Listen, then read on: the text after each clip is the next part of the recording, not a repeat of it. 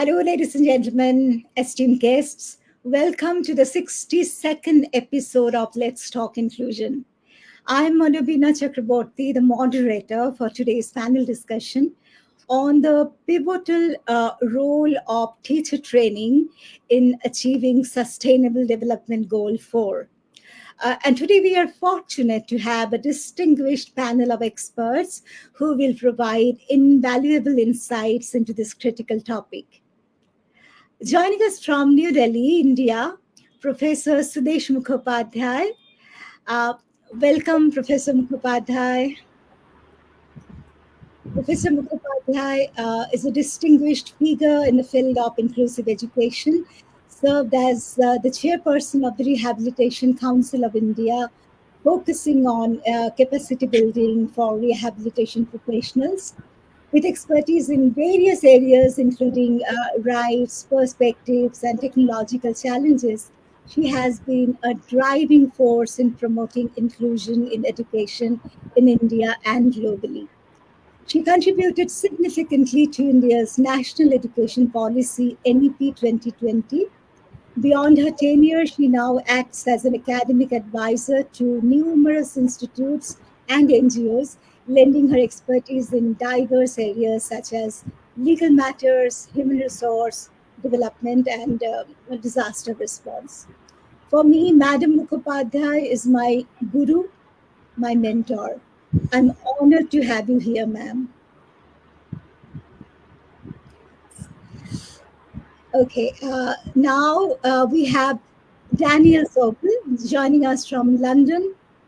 Daniel Sobel is the CEO of Inclusion Expert, chair of the International Forum of Inclusion Practitioners, IFIP, which has representation in 130 countries. He's founder of the Global Inclusive Teaching Initiative, consultant and advisor to over 10,000 schools, governments, UNESCO, UN, and the EU. Daniel led the Global Inclusive Schools Forum at UNESCO headquarters in Paris in March 24. Daniel has also developed a successful master's program in inclusive educational leadership at the University of Buckingham. Daniel is a major influencer in education with a massive following on LinkedIn. Welcome, Daniel. So now we have Jayne Nadarajoo. She is in Madrid at present. Jayne is a visionary leader dedicated to revolutionizing education. As the founder of Melbourne International School and the Guild International College, Jayne champions inclusivity for students aged 3 to 30, providing alternatives to traditional programs and supporting neurodivergent individuals. Jayne's commitment to student success and inclusive learning environments is unmatched. Welcome to the panel, Jayne. Ladies and gentlemen, now meet Aditi Rao, a dedicated social worker with over 15 years of experience in disability and inclusion.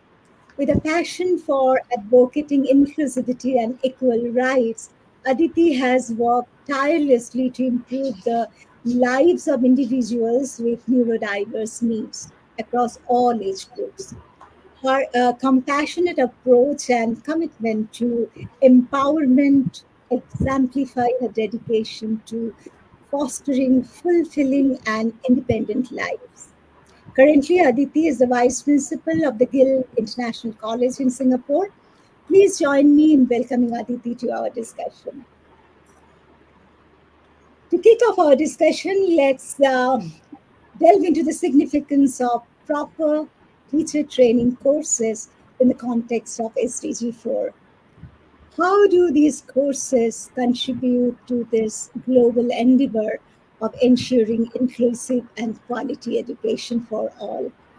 Madam Mukhopadhyay, if you could tell us, please. Anytime, whenever we talk about education, whether it is in the informal setting or formal setting, we always look up to someone who will guide us. Am I right? Everywhere somewhere we will have in that format. So naturally, if we have that type, and any document you pick up, they will just say teacher is the key to whatsoever happen in the classrooms.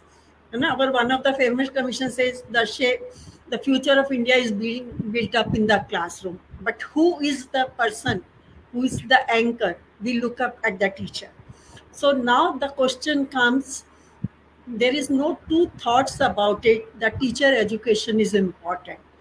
But today, where we are standing, and the type of pressures which we see when we look at the SDG4, which is our background. And again, if you look at this SDG4, it is not some single statement. It starts something like what we say cradle to the end. You're talking about preschool, early childhood education, and you're also talking about the adults, higher education. And that is where globally all national policies are slowly talking about how we are going to achieve. But SDG 4 itself is also impacted, as well as impacts many other goals. For example, just now we are talking about the partnership, we are talking about all the things. Now for India, goal 17 is the major goal as far as this current year is concerned, because we have realized partnership, whether we see it within the school amongst the teachers, whether we are seeing with teacher, parents, and community, whether we are seeing as a group of persons, whether it is administrators or politicians, civil society, and even international things.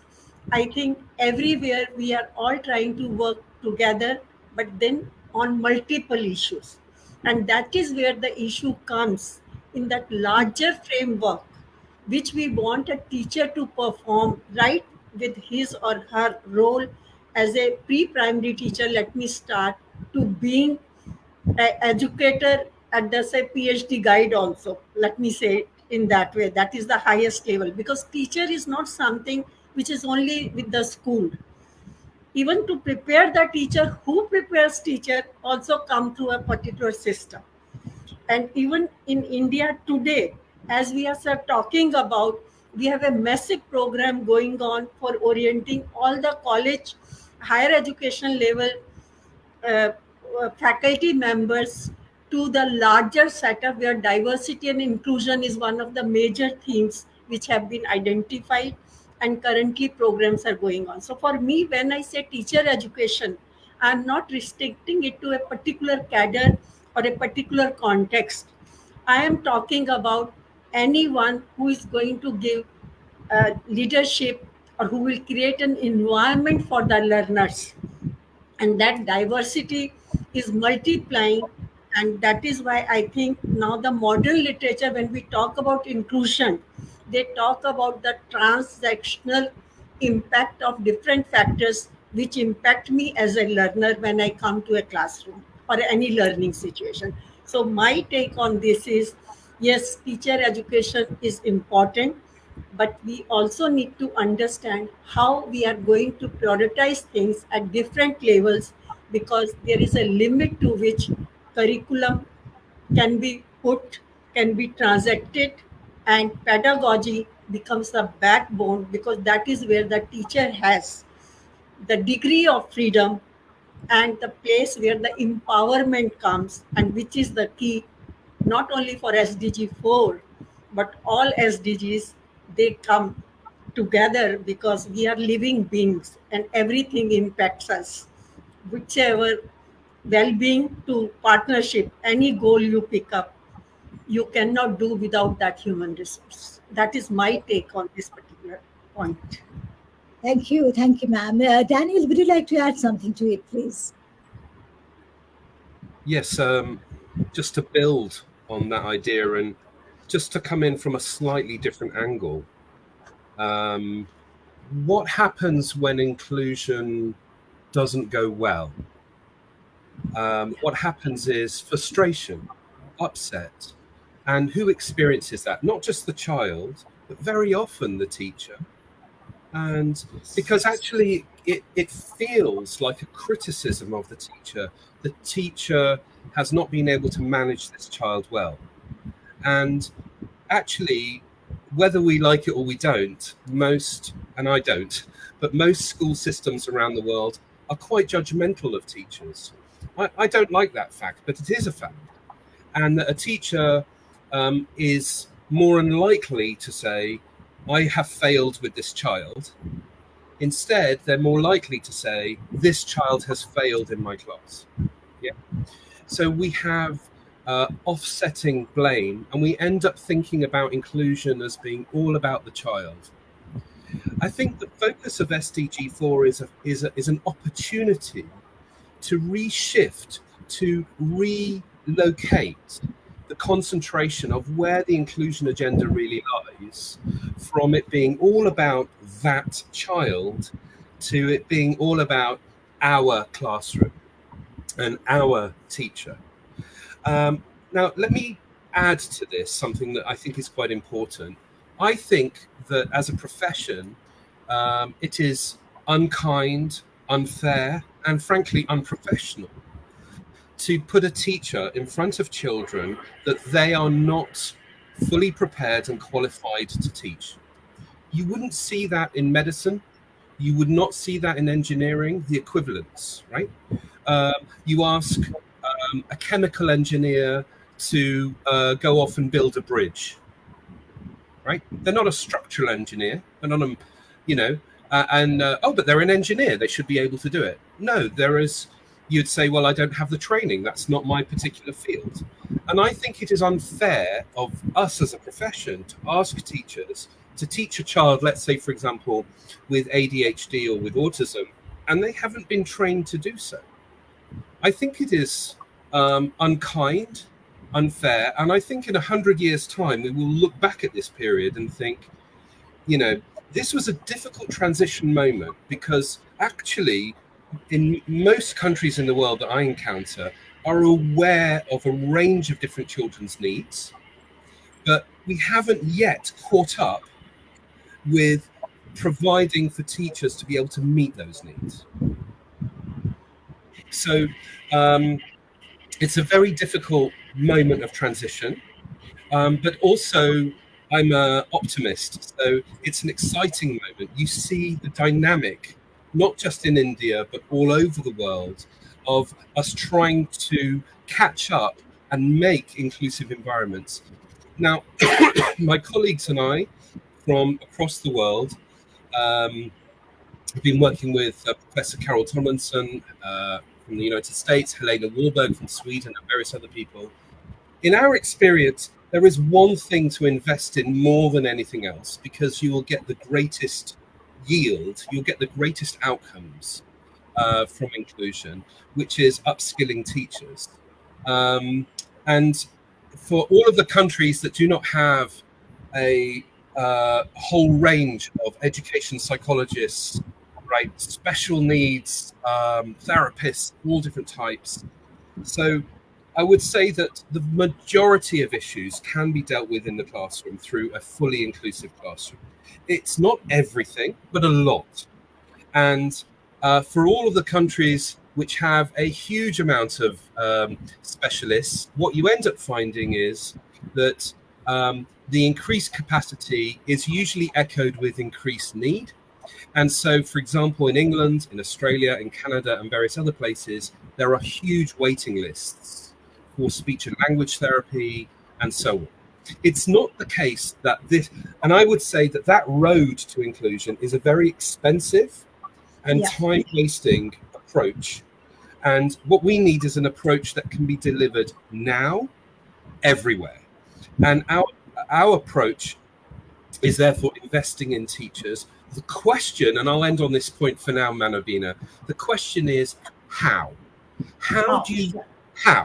And actually, that's the most fruitful question, because inclusion, and I'll leave it with a problem for now, and maybe we'll come back later.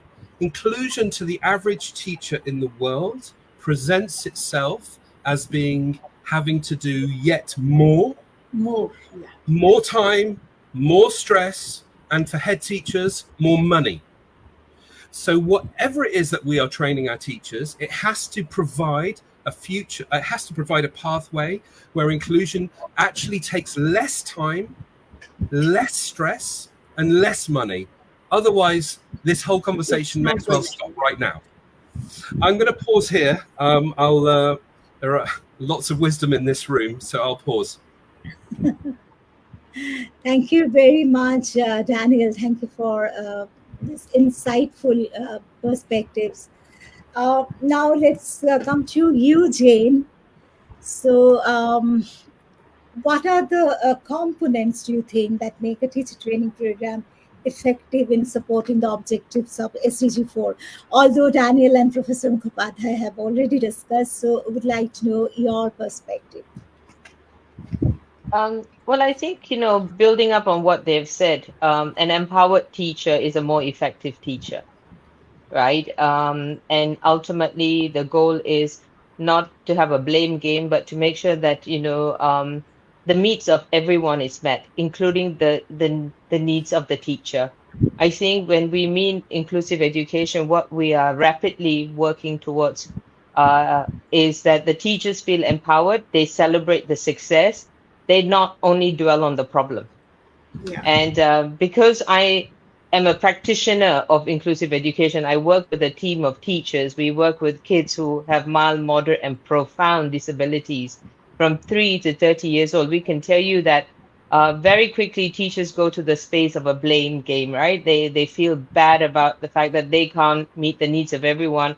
But what teacher training gives you is to be able to pull the plug and say more does not mean better. What each child needs and what each parent expects has to be aligned to what can be done in the classroom within the 3 or 5 hours.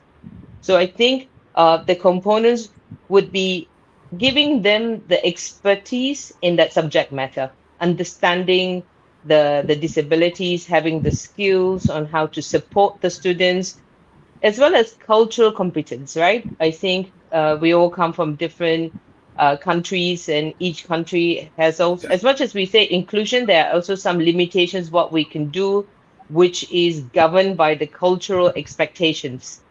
So when we are educating teachers, I think we are very mindful of that. When we are speaking to parents, we are cautious of that, because it's not our job to tell someone what they should do with their child. It's our job to empower and support the families to say, what does this journey look like? What does the next 10 years look like? And we are more facilitators in that journey.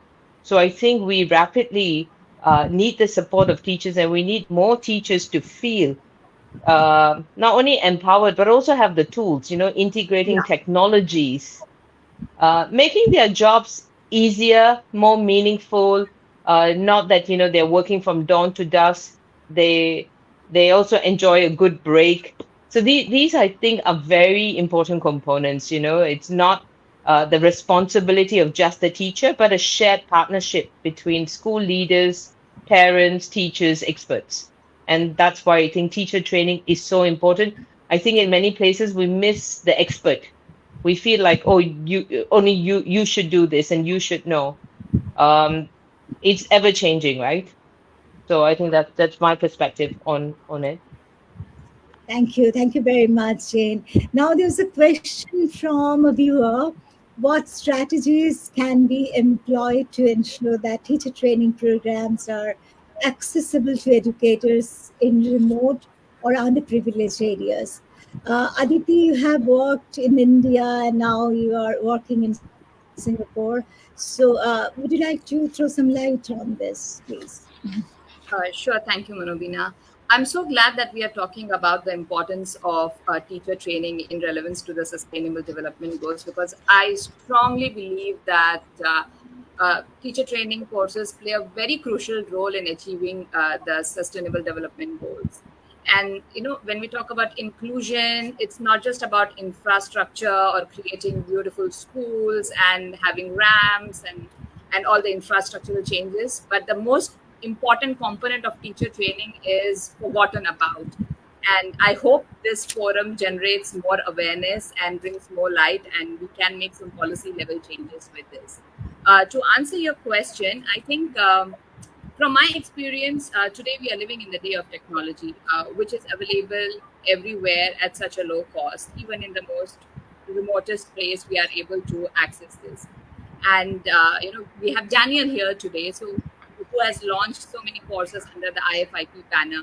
So we should collaborate at a global level, at a national level, to see what are the best practices available. So at the Guild International College, we call it international. It doesn't mean it's for the expats. For us, it means that we have adapted the best practices from the world, and that is internationalism for us. And I think that's something that is missing in a lot of organizations and institutions, because we are so busy doing all the good work and working in our close network that we forget to look what's happening outside and making use of the technology. And there's so many experts available today, including the forum that we are on today. We should really network at the global and individual at the national level to adapt some of these practices and connect with teachers, connect with various other experts, and work as a collaborative team, and not only the special educators in one group or the speech therapists in one group. It has to be a collaborative effort, and this way we'll be able to empower the teachers, the quality of the teacher training, and we'll be able to support the family better. And that's inclusion in true sense. Thank you. Thank you. Actually, collaboration is indeed a key to driving meaningful change. How can partnerships between governments, educational institutions, and NGOs? I will just like to speak a little bit about this remote and all these places, Please, because please. just now I am also a part of a project which UNICEF is guiding through Young Lives India, where we are going to talk to the parents in the most rural community of Bihar, Mushairs, the parents of the children with disabilities, not with the children with them, neither with their teachers initially, no, the parents. Because what happens, how do you define a remote area? That becomes one of the very important things. For example, it's a relative thing. When we say remote, it can be in terms of location, it can be also remote in terms of services available. For example, if there is only one school where the children can go, and if you look at from the policy planning point of view, finance, resources, all those things, chances are the school will not have all the things which we put in our checklist. But we do have to find out a thing. So one of the best thing is, as a part of our teacher education programs, we also need to tell our teachers how to listen. Listen to whom? The people who represent from where the child is coming. Sometimes we think parents are not educated, so they can't tell us anything about their child. But if we know how to extract information about the child, it helps me to address the requirements of the child in my classroom. Am I right? Yeah. Because I have worked in the rural areas of Rajasthan, border areas in the northeast and other places, and I think all types of varieties are available in my own country. Even if I don't go out. So one thing is understanding the cultural context. I give you a very simple example. Even with adults, they have got special education needs, sir. I was having vice principals of the schools, secondary schools, as my students. But they were raised up in communes. That is how our Northeast, some of the communities are there. So when I will talk about families and all those things, they say, what is that? What are your textbooks telling us? These were the questions, because they did not understand the thing, because that was not part of their culture. So one day I say something like that, oh, don't tell me. But I did not know my this expression of English, which is all right in Delhi, it is very hurting to their thing, because we are tribals, we never tell lies. You see how the same sentence can be cultural. So we need to understand those cultural contexts from where they are coming, and also the types of biases that the community have. Because every community, when you are different than whatsoever is their norms, they become a special need. If a child is supposed to do XYZ thing, but he is doing ABC, the community start rejecting. Until unless we understand that, we neither can serve the child nor we can do the justice. Because, for example, sometimes I will see a second language, third language being taught in a class, and I ask the lecturer, now how will this child will catch up at home? They say, we will ask the parents to do, when they know the parents are not educated. So this child also has a special need, but of a different nature. Similarly, if I'm and then also talking about the special needs, because if someone is different in a classroom, I have seen classrooms where a teacher will not ask a question to a student because he has to stand up and answer, and this is sitting on the floor, and this boy is using braces and all those things.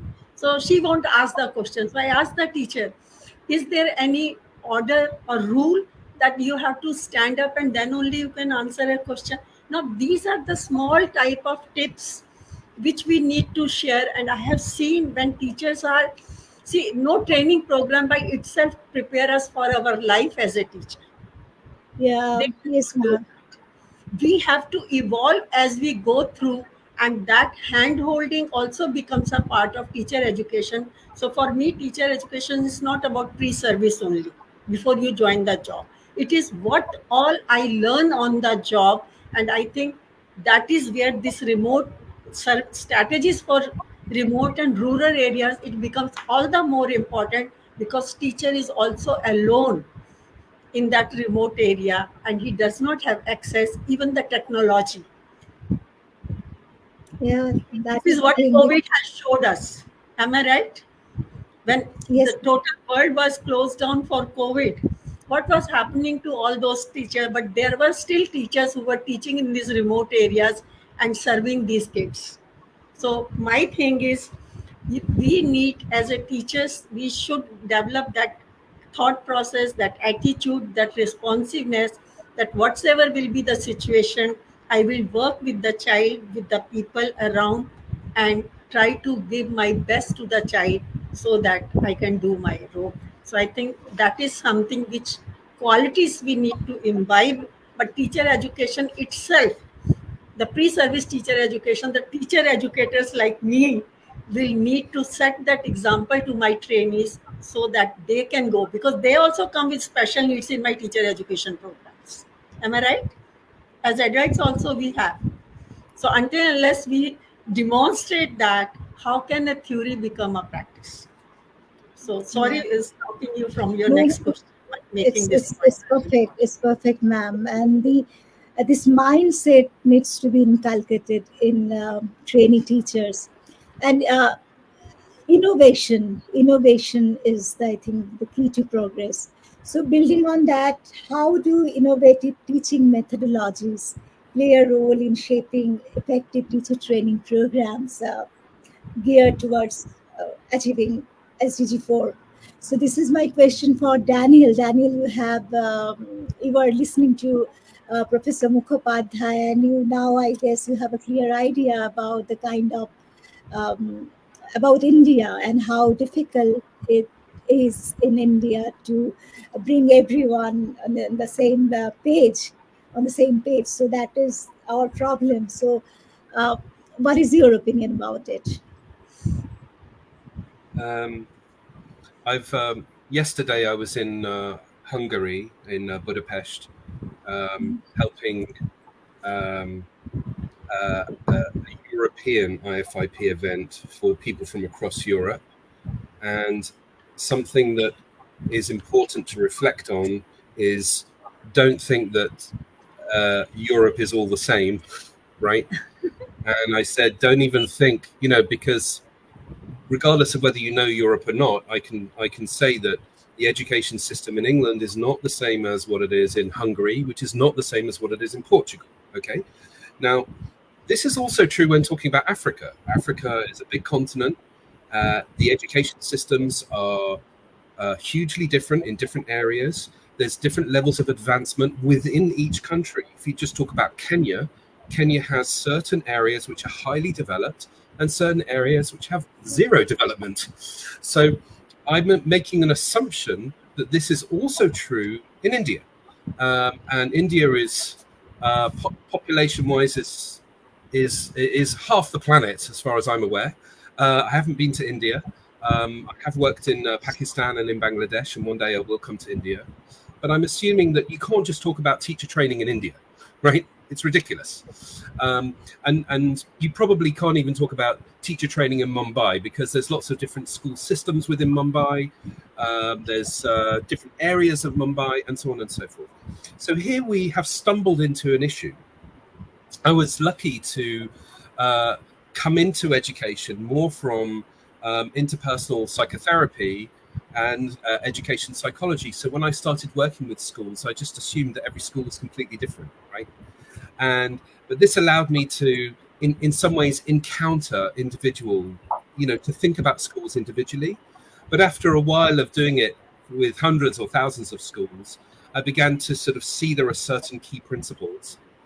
And now we're at a stage where I've put my principles with other people who've done that, so that we have like global concepts of inclusion. But I think the most important thing is that those global concepts of inclusion need to be manifest locally and regionally. And so that there isn't just, let's say, a white European export that, we sell. This is what inclusion means in England, and therefore this is what it has to mean all over the world. I think that is almost like the opposite of inclusion. I want to hear what inclusion means from within Africa. Yeah. Now we can support with certain key principles, and I think, just getting back to your question now, I'm sorry I've come a long way round, but I think that there is a root topic which we focused on in the Global Inclusive Teaching Initiative, the GITI program, is to think about inclusion not being about a child with a label, and here is the teacher who has to meet the needs of that label, but rather to put those things aside for a moment and not to ignore it, not to be unaware of children, actually the opposite, but to think about the relationship between these two human beings, between this adult and this child. And that relational teaching is really very much at the heart of inclusion. And in some ways, you can pretty much, I would like eventually we would eventually get rid of the word inclusion, because it's actually just good teaching when a teacher has a good relationship with children, right? And it's based on an adult and a child and how they know each other. So, for example, we know that a child will find it difficult to focus at the beginning of a lesson if they're feeling anxious, or if they're feeling afraid, or if they're feeling uncertain as to what is happening, right? So how can we ensure that the teacher is aware of the children and how they're feeling in their classroom at the beginning of the class?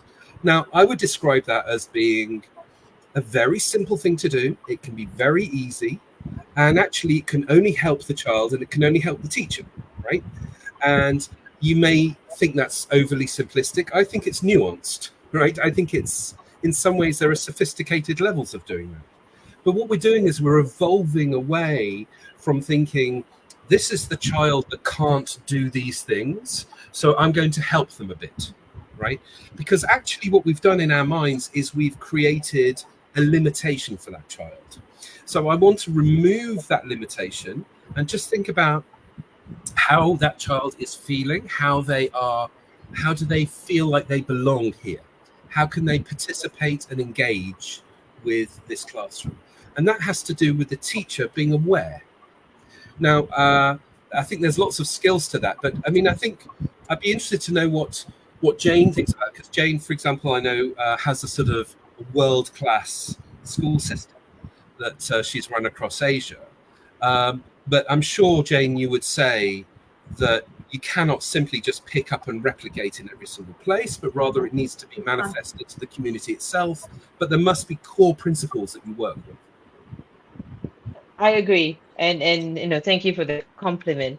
I think one of the things that as a teacher myself, it's all about active learning, right? If you go back to the core essence of early childhood education, which is my first career, we are very mindful of how a child feels as opposed to what a child needs to learn. And somewhere along the line, we forget that, right? We are so caught up with assessments and exams and results and that we forget the feeling. And I think that's where we have to go back into the active learning as in making sure it's fun, making sure that everyone's included, and everyone's needs are met by differentiated teaching. You can be learning the same thing, but learning at your own pace and finding ways to do the bridging. And of course, and what we said earlier, innovative teaching today includes technology because technology just expedites everything that a teacher needs to do from prep work to making it accessible, fun, current.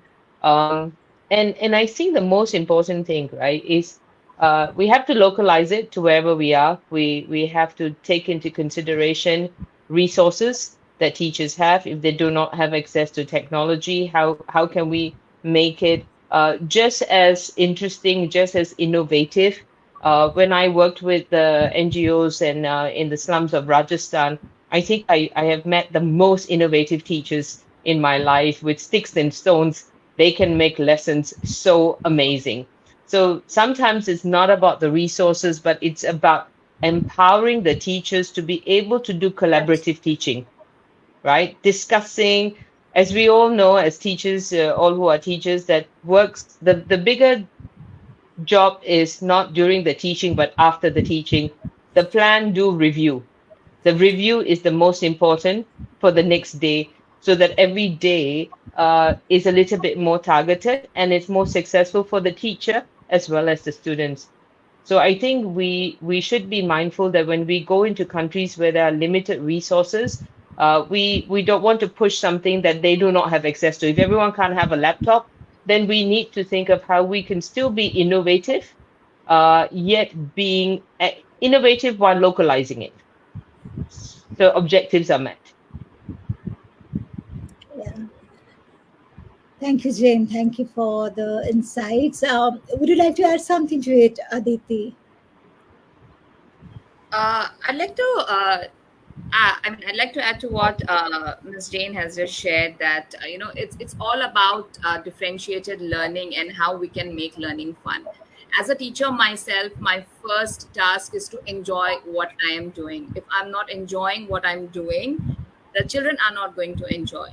And in a school like ours, we have students who have high support needs, students who are higher functioning. So it's all about collaborating.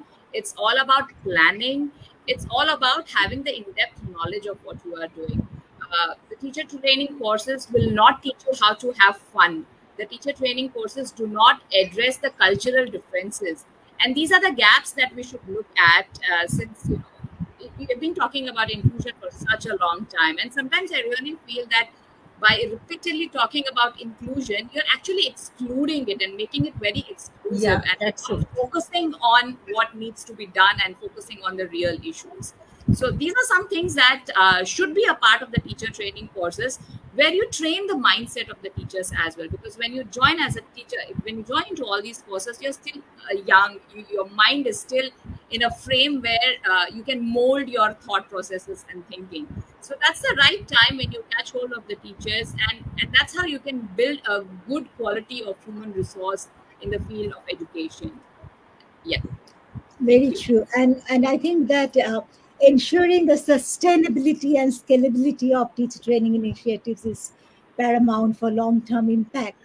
So what strategies or best practices can be implemented to... Yes, ma'am?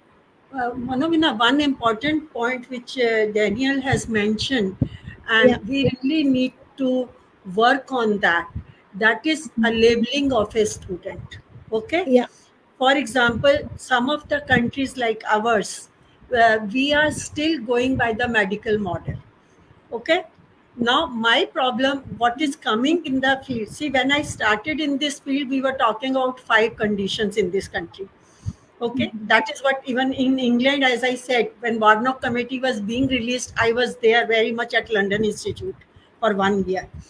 and I refused to do the course at London Institute. I told British Council I want to see all Royal National Institutes, and that is today I am dealing as per our law 21 conditions, and we are fighting for those disabling conditions which are still not identified. Children are suffering. We don't have names for that. Am I right? So my question, very important message for us as education person is, will we go on following in the name of inclusion parallel 21 routes, or we are going to learn somewhere in the for the sake of inclusion to understand the commonalities which may be there, because no program can prepare, no country can afford 21 types of teachers. Can anyone, any country do that? No one. So until unless our teacher education programs are built up to understand what are the commonalities and how do I understand, because if you learn, see, just as Jayne Madam has said, you need to know your content. You can't ignore that. Am I right? Then only my pedagogy will come. But do I know how to give a particular concept to a person who cannot hear, or a person who cannot read, or who, we use a larger term of UDL today. Am I right? How do I translate it into a teacher education program so that I can tell that we learn through these many? So where functional aspects of these conditions are considered, ICF, whatever we call the international classification, there the things are very different.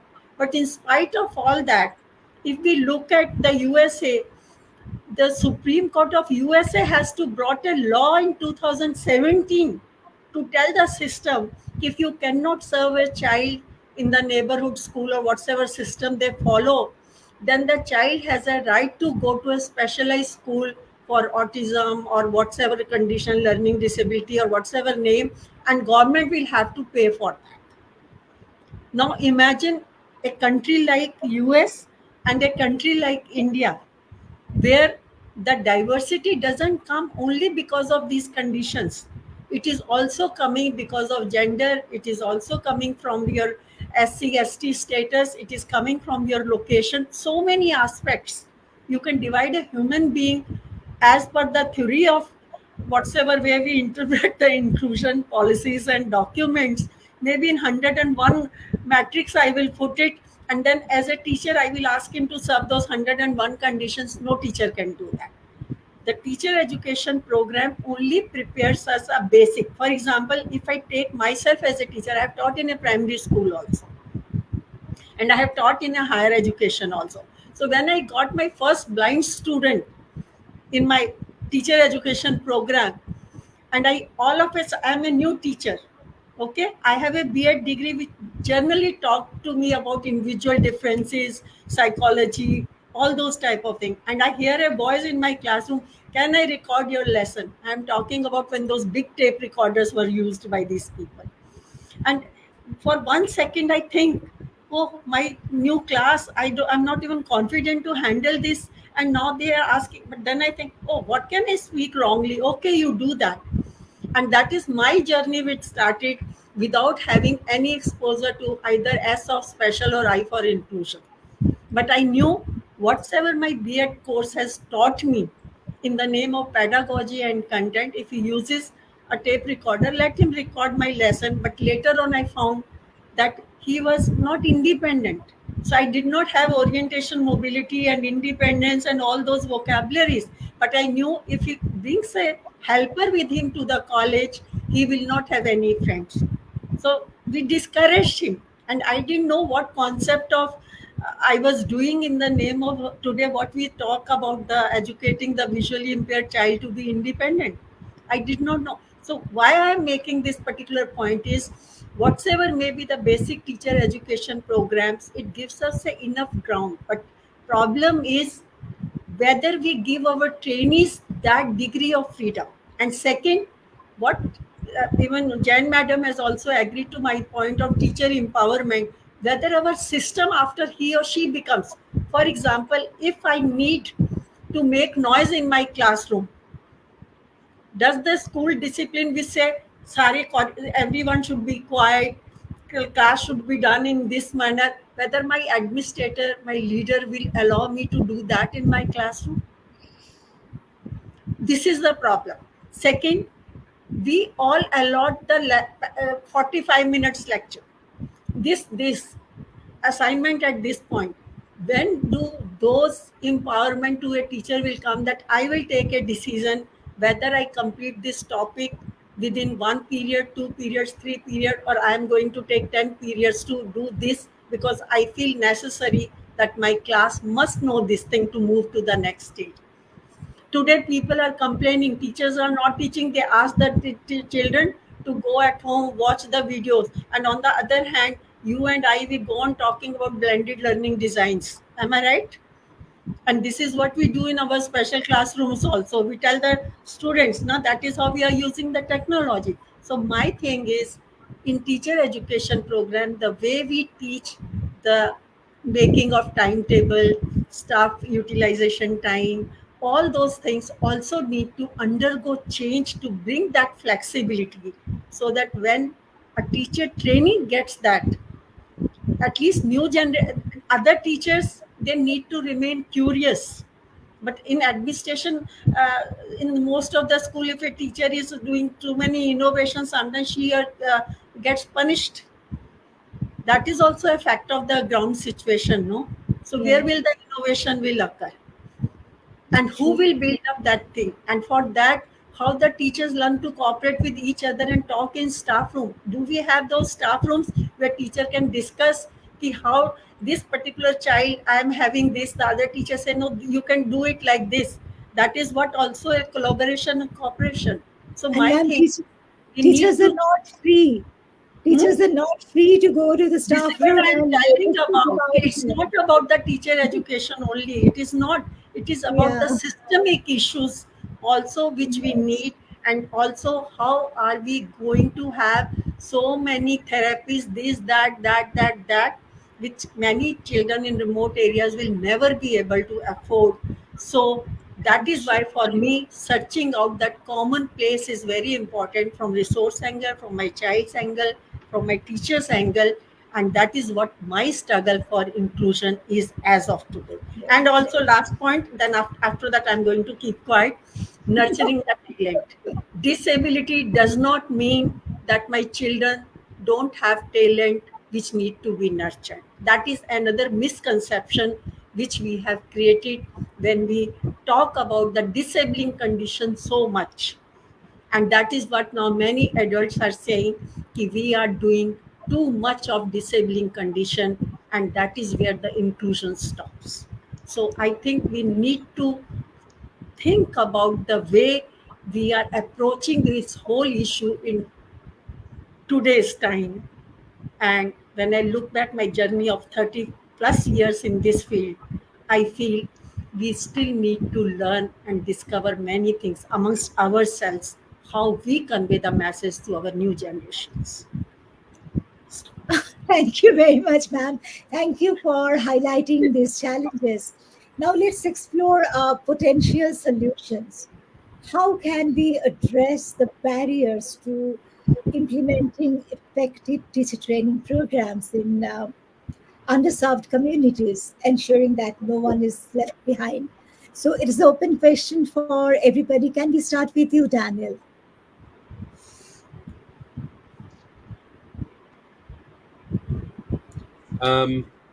I wrote a book about this. My latest book was about inclusive classrooms.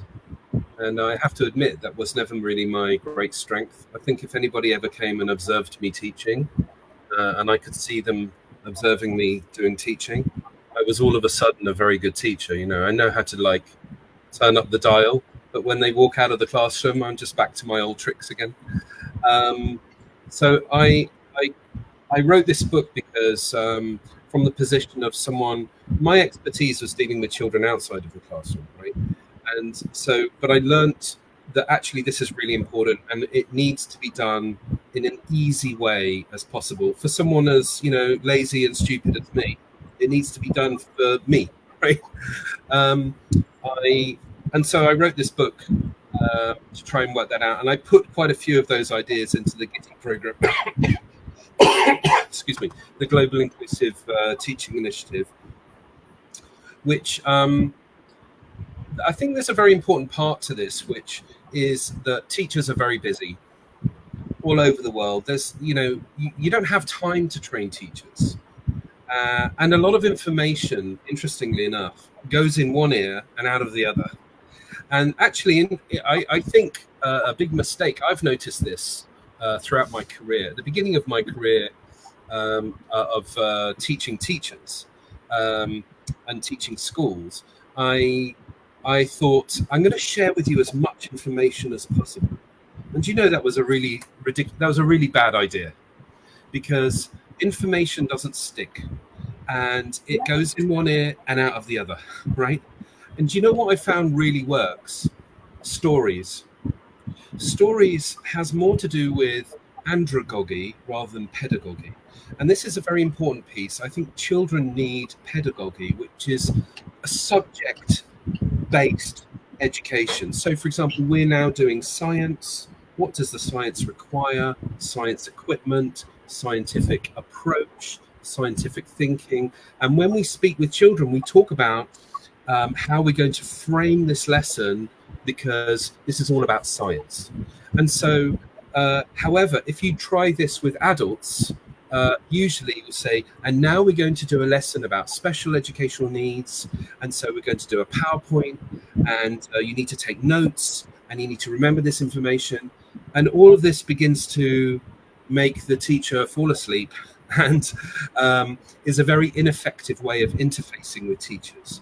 Actually, do you know what? The best stories in education are from the world of inclusion. The students who struggled, and actually they found this particular way, and they really blossomed. And this a teacher will remember. And they'll also remember the story about a child that seemed to be doing okay, and then something went wrong, and they ended up really not doing very well at all. They ended up going off the rails, and they ended up on the streets or into a prison situation. They will remember these stories. Okay, and I think I know this sounds very almost like I'm speaking counterfactual. I'm not. I'm saying that this is an approach that I personally take. When I speak with teachers, I tell stories. So that's the first thing. The second thing is, again, you've got a limited amount of time with teachers. So therefore, I think the information needs to be in bite size, small pieces, which is why we designed the Global Inclusive Teaching Initiative as being learn a little bit of information through watching something and reading something. It will take you 5 minutes to learn. And now here's a story, right? Nearly every single point has a story, so you can help you remember it. And then go off and try something in your class. And we're never asking them to do more. For example, I mentioned before about children coming into the class. Notice who may be struggling coming into the class, and perhaps go and say hello to them. Right? So you're never asking them to do a lot. You're always asking them to do a small amount, and then a point of review, reflection. As Jayne said earlier, the review bit is, you know, well, what did I learn? What did I do? And what impact did it have? This small, bite-sized process I have found to be the most effective way of training teachers.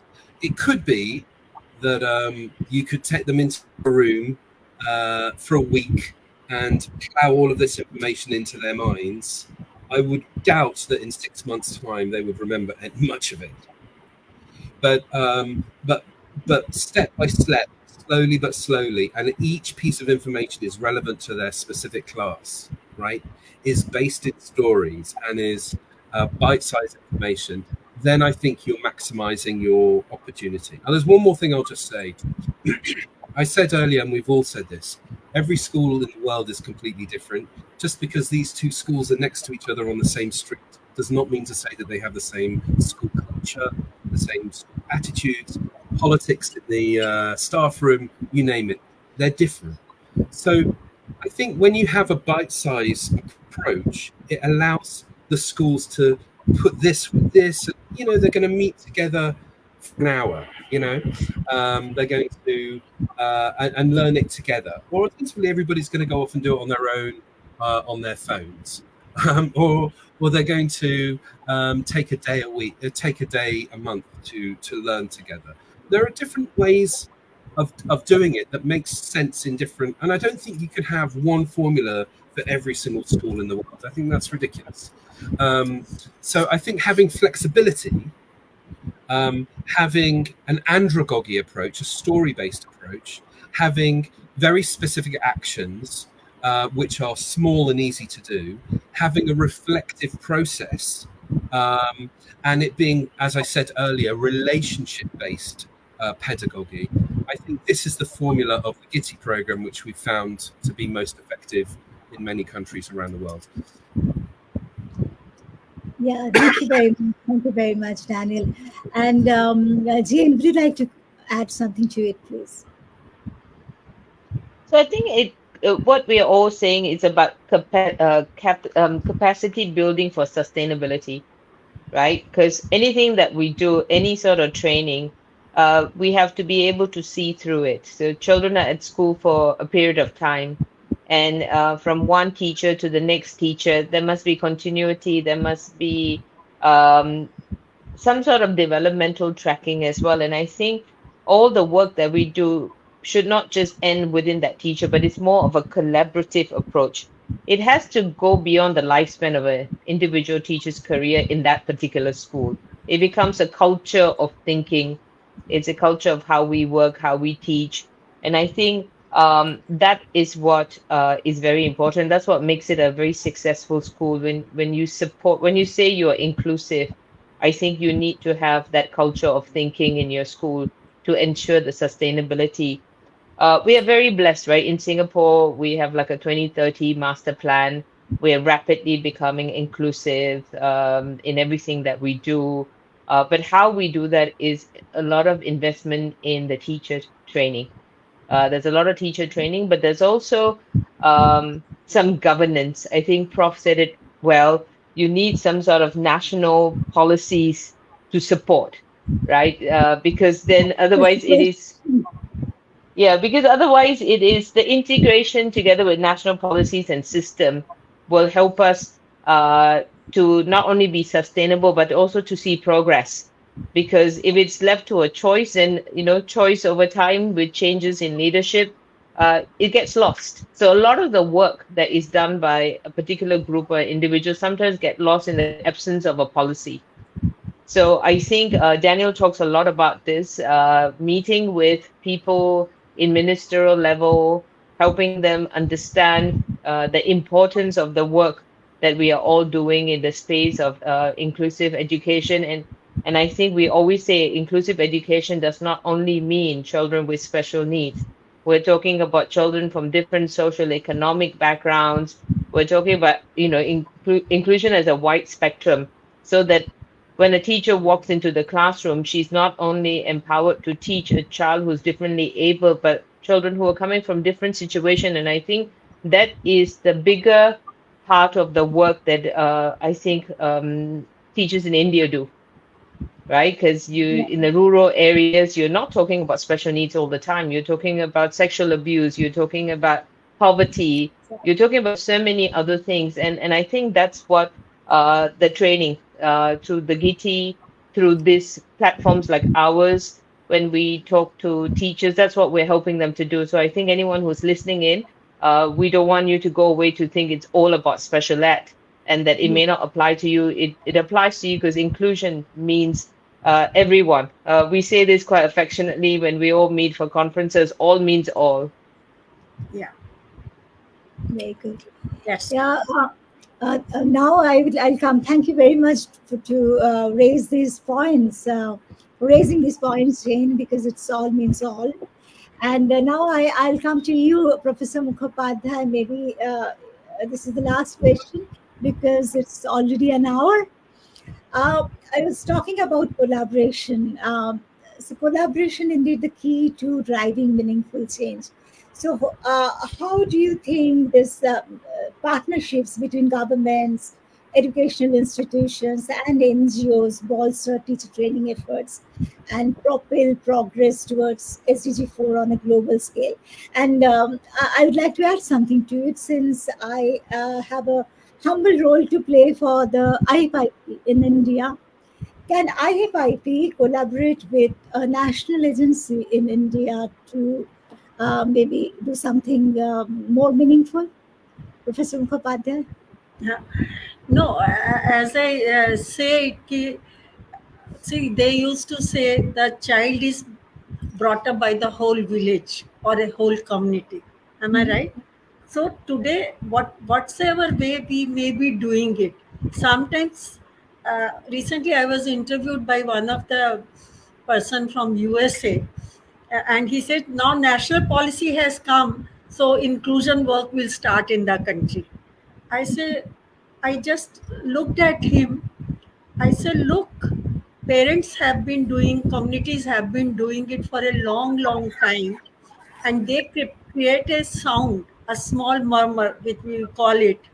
That murmur becomes a noise becomes a voice becomes a policy. Am I right? It's not Yes. that things start from the top and they come to the bottom. It's a two-way process. So there are two ways of looking at it. Number one, we think that I am sitting at the head of the policy. For example, I have been part of the inclusive education's all policy program since 83, 84. So I have gone through all those roles and all. But I also did a project on NGO and government partnerships, because even today, when we look at Manobina, if you look at the NEP, two Yeah. major things have happened in the country. Number one, when we say nurturing about the talent, the document has been prepared by the Ministry of Education, but it has also been circulated with the Ministry of Social Justice, because today we are talking about twice exceptional. Our children may have a condition, but they also have a quality. Am I right? One of the blind person who before completed his BTech, he has already been offered a job by the Microsoft as a software engineer, and he has influenced the government policy to start STEM for persons with visually impairment and other disability. The scheme is going to be declared very soon by the Ministry of Social Justice. So my question is, we have to find out what is our niche, how do we make it a voice that it will reach at the top level. Because when the policy started about nurturing talent and all, disability was not mentioned, but we started discussing, and then I found some work was going on in Bangalore, and I started, because the important thing is to note some of the conditions which the behavioral things and other things which we talk about our with children with different conditions of disabilities, uh, that is also there with the gifted children, because they also do not find themselves a place in our so-called normal classrooms, and there are hardly any programs separately for this thing. And that's what I'm saying, let us learn to find out a commonality.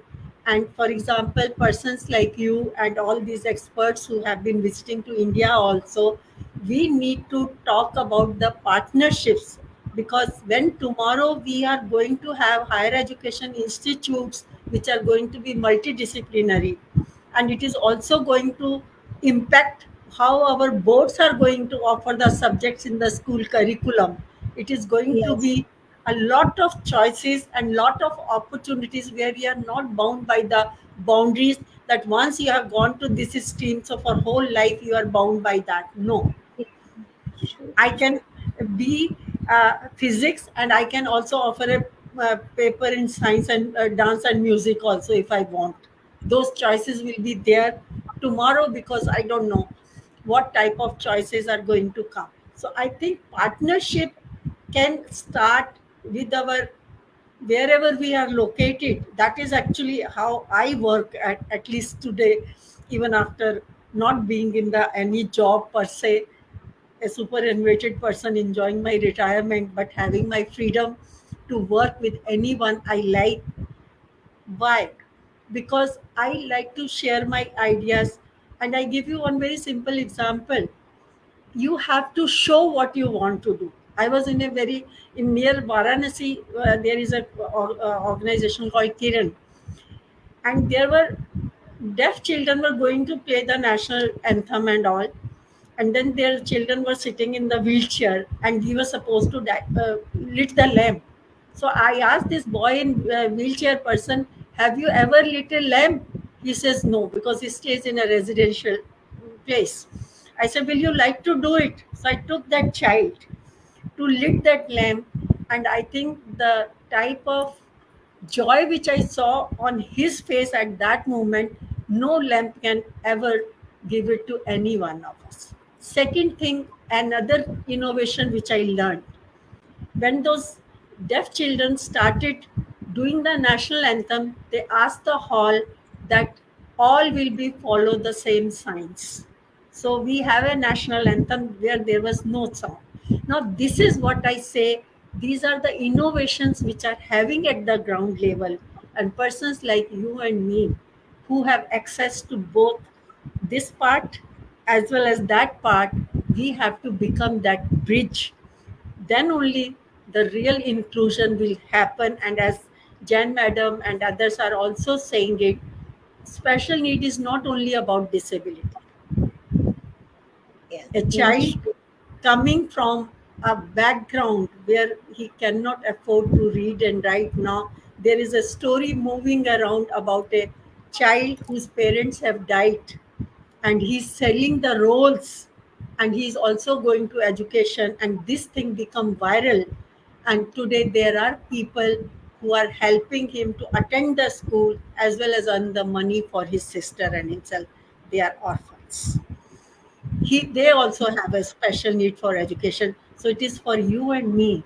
Let us start from whatsoever we can do, wherever we are, and I am sure we will become a voice, and inclusion will be a reality someday. Thank I you so never much. anticipated. Thank you. So now we are almost at the end of the discussion. So before we conclude, I will take your opinions, Aditi, Jayne, and Daniel. Sorry. As a person working in this field, I strongly believe in collaborative approach. And when we talk about such a big concept of inclusion, it's taken us years to reach where we are, and we still have a very long way to go. And it's so important for us to work very closely with the government agencies, with the schools, with all the representatives, with parents, and many other professionals. Because when we talk about policy level changes, the government is there making all the policy level changes. But how many teachers are included when all these policies are made? When all the courses for teacher training are designed, how many teachers and mainstream school teachers or educators or even parents are considered to be a part of this discussion? So we still have a long way to go. And I just like to end by saying that educated and empowered teachers can really act as a catalyst for positive change, and also fostering community engagement, promoting literacy, and addressing a lot of socio-economic disparities. And all this is, again, a component of the sustainable development goals that we have been talking about. So yes, for me, if I have to sum it up, it's all about collaboration. It's all about coming together. It's all about networking and opening up our minds. Thank you. Yeah, very true. Thank you. Jayne, please. I think following up with what Aditi say, it's going to be from practice to policy. I think and teachers and people on the ground from the school level sharing data. So I think that's the other thing that's lacking, right? It's not that we are all just noise, right? No, We no, have data, we have a voice. lot of research. I think that's the link that we need to make. When we talk about wanting to work at ministerial level, we're not wanting to give them a lecture. We are actually wanting to present what is actual. Yes. And if they know what is actual, and if they know what are the challenges, and what are some possible strategies that we could implement, I think that will be greater success. And here it's teach for all and success for all. I think that's the ultimate goal. Thank you, Jayne. Thank you. Daniel, please. I have very, very limited ambitions. I'm going to share them with you. One is I would like to co-host an event with the Honourable Professor that is an international event in India, an opportunity for leading practitioners from around the world to learn from some of the best practices and some of the best abilities that India has developed, and also for those practitioners in India to learn from the rest of the world, an ideas exchange. I would love to do this. And the second thing I would love to do is that I would love for 1 million teachers in India to do the GITI program in the next 3 years, and for us to see how that can transform society in those regions. So my ambitions are very low. I could have said 2 million teachers. Yeah. I didn't. I just said 1 million teachers. So forgive me for having low ambitions, but no, I think it would be lovely to do, because we met in Paris, right? We had hundreds of practitioners from around the world sharing ideas and also speaking to policy. I would love to do that in India. I think it would be amazing. There is so much we have to learn, and there's so many amazing innovators, such as the Honourable Professor and Manobina, such as yourself, but to bring in practitioners from around the world as well, to listen to Jayne and Aditi and other colleagues from around the world. I think that would be an amazing experience. Okay. Thank you very much, Daniel, Jayne, Aditi, and of course Professor Mukhopadhyay, for your invaluable contributions to today's discussion. And as we conclude, let us reiterate our commitment to advancing teacher training initiatives as a cornerstone of achieving SDG4.